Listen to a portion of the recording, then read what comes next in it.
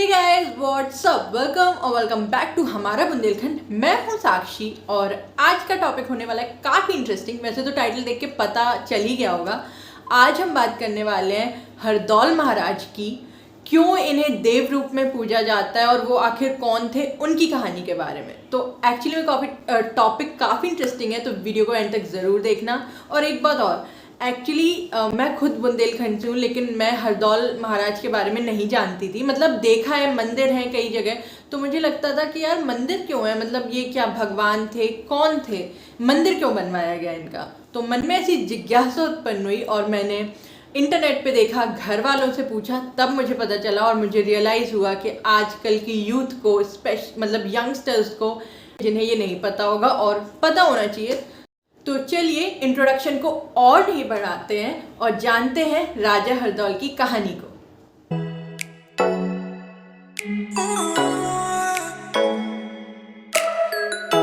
ओरछा शहर कभी महाराजा वीर सिंह की रियासत की राजधानी हुआ करता था। महाराजा वीर सिंह के 8 पुत्र थे, जिनमें सबसे बड़े पुत्र जुझार सिंह थे और सबसे छोटे हरदौल सिंह। लाला हरदौल के वीरता के इतने सारे किस्से हैं कि अगर कोई उन्हें सुन ले तो उनका फैन हो जाए। लोग ऐसा कहते हैं कि हरदौल धार्मिक और ब्रह्मचारी प्रवृत्ति के थे, वहीं उनके बड़े भाई जुझार सिंह कान के कच्चे, यानी कि किसी भी बात पर आसानी से विश्वास करने वाले थे। राजा वीर सिंह देव ने ओरछा की राजगद्दी अपने बड़े पुत्र जुझार सिंह को सौंपी और वहीं हरदौल को ओरछा का दीवान बनाया। जुझार सिंह अक्सर मुगलों के साथ उलझा करते थे, उनसे उनकी आपसी टशन चलती थी, तो इसीलिए हरदौल ओरछा की राजगद्दी को वही संभालते थे। मतलब दीवान थे, लेकिन अक्सर काम हरदौल ही देखा करते थे। ओरछा में रह रहे बुजुर्ग बताते हैं कि ईयर 1688 में एक खंगार सेनापति पहाड़ सिंह प्रतीत राय व एक महिला हीरा देवी के भड़कावे में आकर जुझार सिंह ने अपनी पत्नी चंपावती और अपने भाई हरदौल के बीच अनैतिक संबंध होने की बात पर भरोसा कर लिया और अपनी ही पत्नी से अपने भाई को जहर परोसने का आदेश दिया। रानी जब यह ना कर सकी तो लाला हरदौल ने अपनी भाभी को निर्दोष साबित करने के लिए और उनके ऊपर जो कलंक लगाया जा रहा था उसे मिटाने के लिए खुद जहर पी लिया और उनकी मृत्यु हो गई। और उस वक्त उनकी उम्र महज 23 या 24 वर्ष की थी।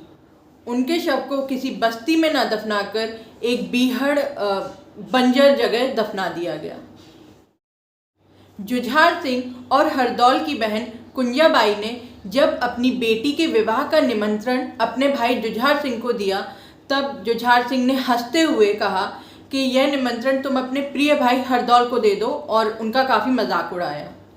यह सुनकर कुंजाबाई को बहुत दुख हुआ और वो रोते रोते अपने भाई हरदौल की समाधि पर पहुंची और रोकर उनका नाम पुकारने लगी। अपनी बहन को इस तरह से रोता देख लाला हरदौल की समाधि से आवाज़ आई कि वो अपनी भांजी की शादी में भात लेकर ज़रूर आएंगे।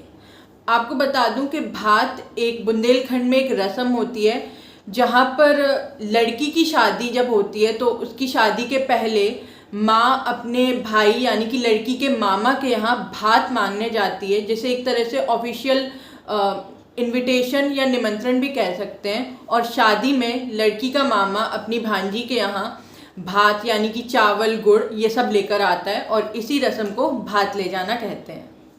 इसके बाद लाला हरदौल ने अदृश्य रहकर अपनी भांजी की शादी में भात दिया, लेकिन जो उनकी भांजी के होने वाले पति थे या दूल्हा था, उन्होंने ज़िद करी और उनकी ज़िद के आके हार कर लाला हरदौल को सदेह प्रकट होना पड़ा, यानी कि फिजिकली विद बॉडी आना पड़ा। और ये चमत्कार देखकर लोग एकदम मतलब सरप्राइज हो गए और उनकी जो समाधि थी वहाँ पर एक भव्य मंदिर का निर्माण कराया गया। इस घटना के बाद से लोग हरदौल बाबा को देव रूप में पूजने लगे और कई गांव वासियों ने हर गांव में, आसपास के गांव में एक एक हरदौल चबूतरे का निर्माण कराया गया, जो आज की डेट में भी कई सारे गांवों में देखने को मिलता है। बुंदेलखंड में शादी, विवाह, यज्ञ, अनुष्ठान या भंडारे में हरदौल महाराज को ज़रूर निमंत्रण दिया जाता है और लोगों का ऐसा मानना है कि हरदौल महाराज को निमंत्रण देने से भंडारे में कभी कोई कमी नहीं आती।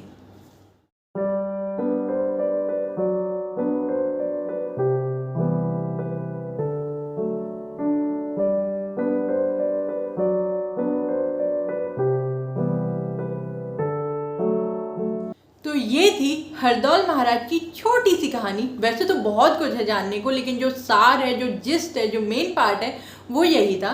तो आपको पता चल गया होगा कि हरदौल कौन थे और इन्हें देव रूप में क्यों पूजा जाता है। इनका बलिदान ही इतना बड़ा था। ये एक बहुत ही महान, अच्छे और वीर राजकुमार थे। तो या that's it for today's video. अगर आपको वीडियो इन्फॉर्मेटिव लगा हो, थोड़ा सा भी पसंद आया तो please hit the like button and subscribe the channel. And thank you so much. मिलते हैं अगले वीडियो में विद डिफरेंट टॉपिक। तब तक के लिए बाय बाय, टेक केयर, नमस्ते।